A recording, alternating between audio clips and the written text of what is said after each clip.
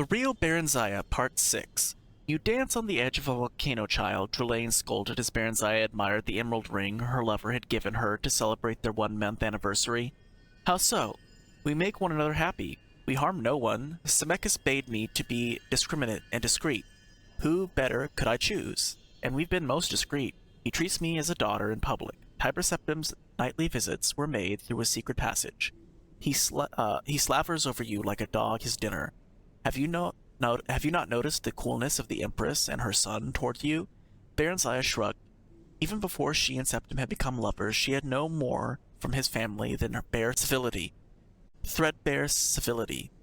What matter? It is Tiber who holds power. It is his son who holds the future. Do not hold his mother up to public scorn, I beg you. Can I help it if that dry stick of a woman cannot hold her husband's interest, even in conversation at dinner? Have less to say in public. That is all I ask. She matters little, save that her child love her, and you do not want them as enemies. Tiber Septim has not long to live. Drulaine amended quickly as Barenziah scowled. Humans are all short-lived, temporary. As we elves say, they come and go as the seasons do, but the families of the powerful live on for a time. You must be a family friend if you would see lasting profit from your relationship. How can I make you truly see you who you are so young and human-bred as well? If you take care, you and Mournhold are like to live to see the fall of Septim's dynasty, if indeed he has founded one. As you've seen its rise, it is the way of human history. They ebb and flow like the tides. Their cities and even their empires bloom like spring flowers, only to wither and die in the summer sun. Barenziah just laughed. She knew that rumors abounded about her and Tiber Septim. She enjoyed the attention, for all save the Empress and her son seemed captivated by her. Bards sang of her dark beauty and her charming ways. She was in fashion and in love, and if it was temporary, well, what was not? She was happy for the first time she could remember, each day filled with joy and pleasure, and the nights yet better. What is wrong with me? Barenziah lamented. Look, not one of my skirts fit. What's become of my waist? Am I getting fat? Barenziah regarded her thin arms and legs and her undeniably thickened waist in the mirror with displeasure. Drulaine shrugged. You appear to be with child, young as you are. Constant pairing with a human has brought you early to fertility. I see no choice but for you to speak with him about it. You are in his power. It would be best, I think, for you to go directly to Mournhold if he will agree and bear the child there. Alone, Barenziah placed her hands on her swollen belly, tears forming in her eyes. Everything in her yearned to share the fruit of her love with her lover. He'll never agree to that. He won't be parted from me now. You'll see. Drulaine shook her gray head. Although she said no more, a look of sympathy and sorrow had replaced her usual cool scorn. That night, Barenziah told Tiber Septim of it when he came to her. With child? He looked shocked, stunned. You're sure of it? I was told elves do not bear so young.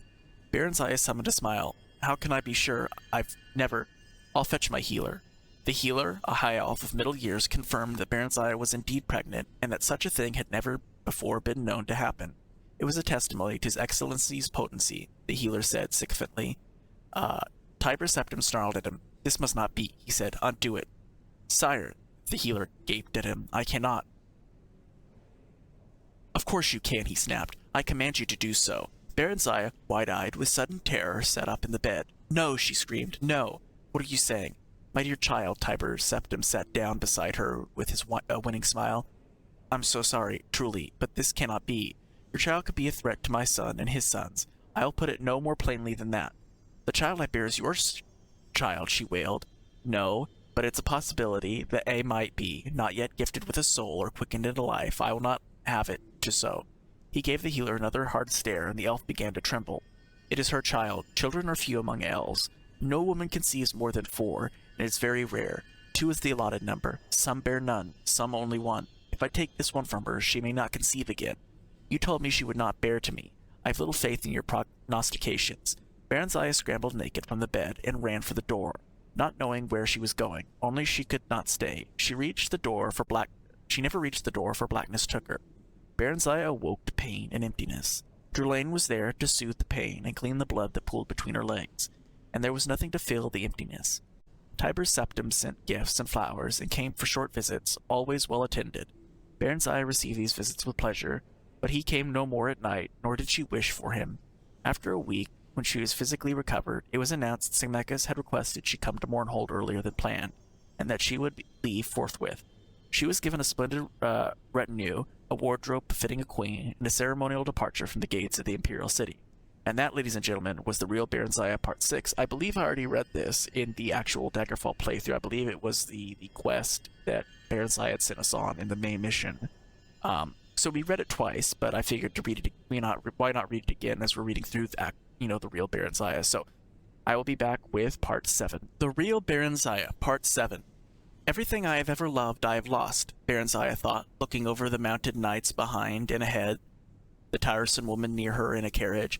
Yet I have gained a measure of wealth and power, and the promise of more to come. Dearly have I bought it all. Now, do I better understand Tiber Septim's love of it? If he has oft paid such prices, for surely worth is measured by the price one pays.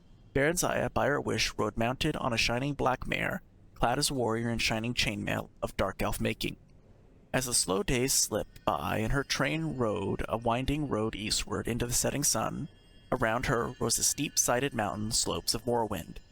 The air was thin, and a chill late autumn wind blew constantly, but it was also rich, with the sweet spice smell of the late-blooming black rose, which grew in every shadowy nook and crevice, finding nourishment even in the stoniest slopes. In the small villages and towns, ragged dark elf folk gathered along the road to cry her name or simply gape. Most of her nightly escort were red guards with a few dark elves, Nords and Bretons scattered among them, as they wore their way into the heart of Morrowind. These grew increasingly uncomfortable and clung together. Even the dark elf knights seemed somewhat uneasy. Barenziah felt at home, felt the welcome extended to her by this land. Smekis met with her at the Mournhold borders with an escort of knights, about half of whom were dark elves in imperial battle dress, she noted. There was a grand parade into the city and speeches of welcome from elders. I've had the queen's suit refurbished for you, he said, but you can change anything not to your taste, of course. He went on about details of the coronation ceremony, which was to be held in a week. He was his old commanding self, but she sensed something else as well. He was eager for her approval of the arrangement. He asked her nothing about her stay in the imperial city, or Tiber Septim, although Barenziah was certain that Drulain had told him everything in detail. The ceremony itself, like so much else, was a mixture of old and new, parts of it dictated by imperial format, as she was sworn to service of the Empire in Tiber Septim, as well as to the land of Mournhold and its people. She then accepted fealty from the people and the council. The council was composed of a mixture of imperial representatives, advisors, they were called, and native representatives of the people. But these latter were mostly elders in accordance with elven custom. Barenziah found that much of her time was occupied in attempting to reconcile these two forces, and the elders were expected to do most of the conciliating in the name of the reforms introduced by the Empire, such as land ownership and surface farming, which went clean against the dark elven tradition as laid down by their ancient gods and goddesses. Now, Tiber Septim, in the name of the One, had decreed a new tradition, and the gods and goddesses themselves were expected to obey. Barenziah threw herself into work and study. She was through with love and men for a long, long time, if not forever. There were other pleasures she discovered, as Smekis had promised, those of the mind of power. She developed a love for dark elf history and legend, a hunger to know the people from whom she sprang, proud warriors and craftsmen. Tiber Septim lived another half-century, during which she saw him on a few occasions, and she was bidden to Imperial City for one reason or another. He greeted her with warmth on the occasions, and they had long talks together about events. He seemed to have quite forgotten that there had ever been anything more between them. He changed a little over the years. Rumors said that his mages had formed spells to extend his vitality, and even that the One had granted him immortality. Then, one day, a messenger came with the news that he was dead, and his son was now emperor in his place. They had heard the news in private, she and Smekis. He took it stoically, and he took everything. It doesn't seem possible, Barenziah said. I told you, it's the way of humans. They're a short-lived race. It doesn't really matter. His power lives on, and his son now wields it. You call him your friend. Do you feel nothing? He shrugged. There was a time when you called him somewhat more. What do you feel, Barenziah? Emptiness, loneliness, she said. Then she too shrugged. That's not new. I know, he said, taking her hand. Barenziah, let me try to fill that lonely place. He turned her face up and kissed her. It filled her with astonishment. She couldn't remember his ever touching her before. She'd never thought of him in that way, and yet, undeniably, an old familiar warmth spread through her. She'd forgotten how good it was, that warmth. Not the burning heat she'd felt with Tiber Septim, but the warmth she associated with straw. Straw. Poor Straw, she hadn't thought of him in so long. He'd be middle-aged now, if he still lived, probably married with a dozen children, she hoped, and a wife who could talk for two. "Marry me, Barenziah," he was saying. "I've worked and toiled and waited long enough, haven't I?" Marriage? A peasant? A peasant with peasant dreams. The words appeared in her mind as if from long ago, and yet, why not? If not him, who? The great noble families had been destroyed in the war and its aftermath. Dark elf rule had been restored, but not the old nobility. Most of them were upstarts, like Zemeckis, and not as good as he was. He'd fought to keep Mournhold the whole and healthy when their so-called advisors would have picked their bones, sucked them dry as Ebonheart had been sucked dry. He'd fought for Mournhold, fought for her, while she and it grew. She felt a sudden rush of gratitude and undeniably affection. He was steady and reliable. He'd served her well. Why not, she said, smiling. The union was a good one, both in its political and personal aspects. While Tiber Septim's son viewed her with a jaundiced eye, his trust in his father's old friend was absolute. Zemeckis, however, was still viewed with suspicion by Morrowind's stiff-necked folk, suspicious of his peasant ancestry, his close ties to the Empire. While she was quite popular, the lady's one of our own in her heart. It was whispered, held captive as we are. Barenziah felt content. There was work and pleasure, and what more could one ask of life? The years passed swiftly, with crises to be dealt with, storms and famines and failures and successes and plots to be foiled. Mournhold prospered well enough. Her people were secure and fed. Her mines and farms productive. All was well, save the marriage produced no children, no heirs.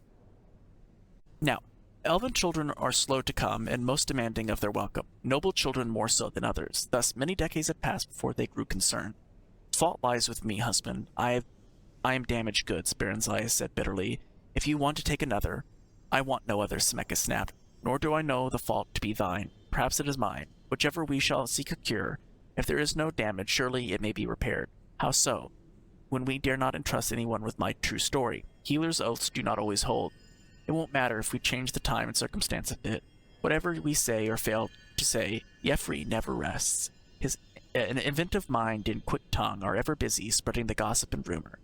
Priests and healers came and went, but all their prayers, potions, and other effects produced not even a period of bloom, let alone a single fruit.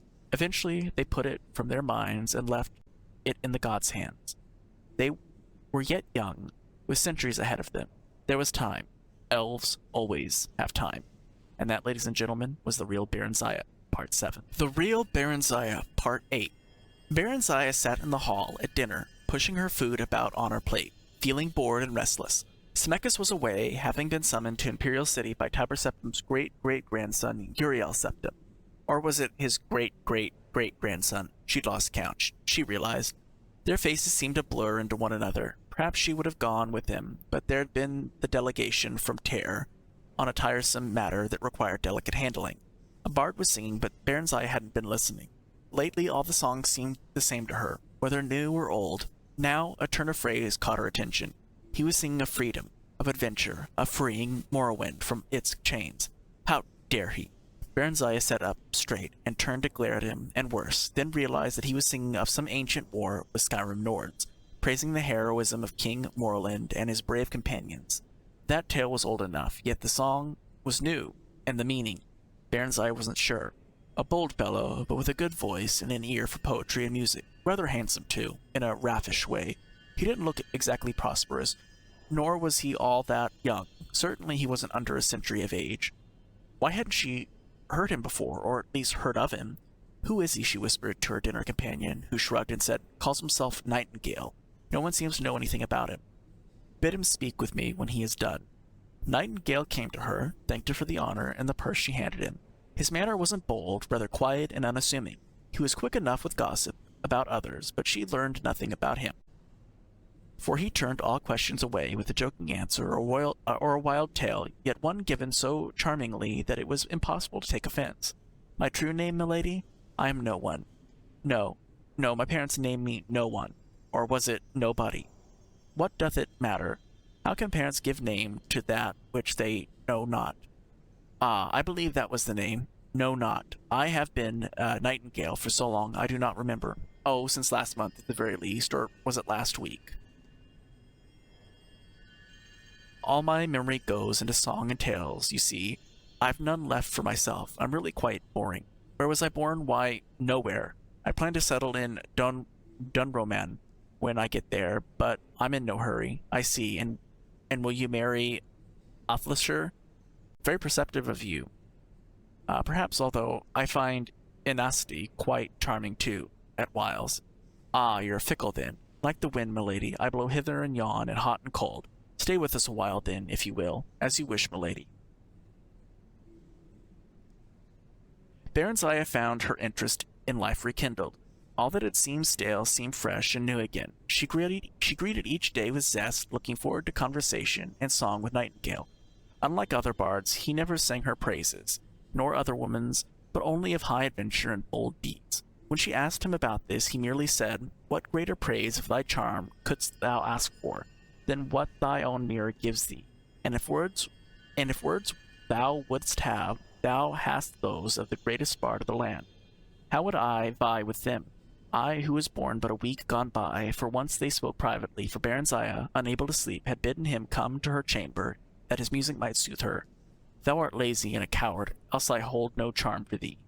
Milady, to praise thee I must know thee, and thy spirit is wrapped in clouds of enchantment. Not so, 'tis thy words and that weave enchantment in thy eyes. Know me if thou wilt, and if thou darest." He came to her.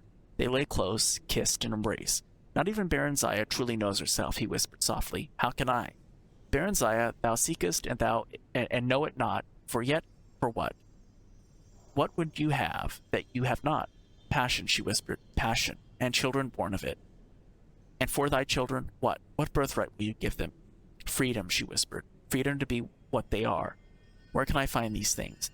They lie beside you, and beneath you if you dare stretch out your hand to take them. But, Semekis, I tell you, in me lies the answer to part of your quest, and below us, in these very minds, lies that which will grant us the power to achieve it. That which Morlin and Edward between them used to free High Rock from Nord domination of their spirit. Properly used, no one can stand against it. No, not even the power which the Emperor controls. Freedom, Barenziah. Freedom from the chains that bind you. Think on it, Barenziah." He kissed her again, softly, and withdrew. "You're not going," she cried out, for her body yearned for him. "For now," he said. "Pleasures of the flesh are not besides what we might have together. I would have you think on it." "I don't need to think. What must we do? What preparations must we make?" "Why, none. You can enter the mines freely. Once below, I can guide you to where this thing lies and lift it from its resting place." "The Horn of Summoning," she whispered. "Is it true? How do you know?" "'Tis said it is buried neath Daggerfall itself." "Nay, long have I studied this matter. Even in his death, King Edward gave the horn for safekeeping into the hand of his old friend King Morland, who secreted it here in Moorhold under the guardianship of the god Ethin, whose birthplace this is. Now, thou knowest what it hath cost me many long years and weary miles to learn. But the god, trust me, dear heart, all will be well." Laughing, he blew her a last kiss and was gone. On the morrow, they passed the guards at the great doors that led below. Barenziah made the usual tour of inspection, but instead of leaving afterward, she and Nightingale entered a long sealed door that led to an ancient part of the workings, long abandoned. The going was treacherous, for some of the old passages had collapsed, and they had to clear a passage or find a way around. Vicious rats and huge spiders scurried here and there, and sometimes attacked them. "We've gone too long," Barenziah said. "They'll be looking for us. What will I tell them?" "Whatever you please," Nightingale laughed. "You are the queen, aren't you? Semekis. That peasant obeys whoever holds power, always has, always will. Who shall hold the power, love? His lips were with the sweetest wine, every touch of fire and lightning." "Now," she said, "take me now. I'm ready." Her body seemed to hum, every nerve and muscle taut. "Not yet, not here, not like this." He waved her around the dusty rubble and grim rock walls. "Just a little longer. Here," he said at last, pausing before a blank wall. "Here it lies." His hands wove a spell, and the wall dissolved to reveal the entrance to an ancient shrine. In the midst stood a statue of the god, hammer in hand, poised above adamantium anvil. "By my blood, Ethin, I bid you awake. Morland's heir of Ebenhart am I, last of the royal kin, sharer of thy blood. At Morrowind's last need, with all elfdom in peril of the souls, release to me that which thou guardest. Now do I bid thee strike?" At his words, the statue stirred and quickened, and the blank stone eyes glowed red. The massive head nodded, and the hammer smote the anvil, which split asunder with a thunderous crash, and the stone god himself crumbled. Barenziah clapped her hands over her ears and crouched down, crying aloud. Nightingale strode boldly forward and clasped what lay among the runes with a cry of ecstasy, lifting it high. "Someone's coming," Barenziah cried. "Wait, that's not the horn. It's a staff." "Indeed, my dear, you see truly at last." Nightingale laughed aloud and said, "Then, I'm sorry, my darling, that I must leave you now. Perhaps we'll meet again one day. Until then, Semekis," he said to the mail-clad figure who appeared behind them, "she's yours." "No!" Barenziah sprang up and ran towards him, but he was gone, winked out of existence, just as Semekis' sword drawn reached him. His blade cleaved a single stroke through empty air. Then he stood as still as if he had taken the stone god's place. Barenziah said nothing. Nothing. Semekis told the half-dozen elves who had accompanied him to say only that Nightingale and the Queen had lost their way, and had been set upon by spiders. Nightingale had fallen into a deep crevice that closed upon him. His body could not be recovered. The Queen had been badly shaken by the encounter and deeply mourned the loss of the friend who had fallen in her defense. Such was his power of command that the slack-jawed soldiers, none of whom had caught more than a glimpse of the event, were half convinced that it was true. Barenziah was escorted above and taken to her chamber, where she dismissed her servants and sat stunned, too shaken to even weep. Semekis stood watching her. "Do you have any idea what you've done?" he said finally. "You should have told me," Barenziah whispered. "The staff of unity and chaos? I never dreamed it lay here," he said. A mewling moan escaped her lips, and she doubled over in agony. "What have I done? What now? What's to become of me?" "You loved him." Yes. Oh, may the gods have mercy on me. I did love him." Semekis' hard-lined face softened slightly, and his eyes glittered with a new light, and he sighed softly. "Ah, that's something then. You will become a mother if it's within my power. As for the rest, my dear, I expect you to have loosened a storm upon the land. It'll be a while yet, the brewing. When it comes, we'll weather it together." He stripped her clothing from her and carried her to the bed. Out of grief and longing, her body responded to his as never before, pouring forth all that Nightingale had woken in her. She was emptied and then filled, for a child was planted and grew within her. As the babe grew in her womb, so did her feelings for patient, faithful Semekis, rooted in a long friendship and affection, now at last ripened into the fullness of true love. 8 years later, their love was blessed again with a little daughter. Directly after Nightingale's theft of the staff, Semekis sent secret messages to Uriel Septim of the matter, but had not gone himself, choosing rather to stay with Barenziah during her fertile period and father the child upon her. For this, and for the theft, he suffered Uriel Septim's disfavor and suspicion. Spies were sent in search of the thief, but Nightingale seemed to have vanished whence he'd come, wherever that was. "Dark elf in part, perhaps," said Barenziah, "part human too, I think, in disguise. Else would I not have come so quick to fertility. Part dark elf for sure, of ancient Rotham lineage, else he could not have freed the staff," Semekis reasoned, "and I think he would have lain with thee. As elf he did not dare, for then he would not have been able to part with thee. He knew the staff lay there, not the horn, and that he must teleport to safety, for the staff is not a weapon that would have seen him clear, unlike the horn. Praise the gods he hath not that. It seems all was as he expected. Yet how did he know? I placed it there myself with the aid of the ragtail end of the Rotham clans, who now sits king in Ebonheart as a reward. Tiber Septim claimed the horn, but left the staff for safekeeping. Nightingale can use the staff to sow seeds of strife and dissension if he wishes, yet that alone will not gain him power. That lies with the horn, and the ability to use it. I'm not so sure it's power that Nightingale seeks," Barenziah said. "All seek power," Semekis retorted, "each in their own way." "I have found what I have sought," Barenziah said. And that, ladies and gentlemen, was the Real Barenziah Part 8, and that is also the end of today's bonus episode. So thank you guys so much for watching, and I will see you in the next one. Goodbye.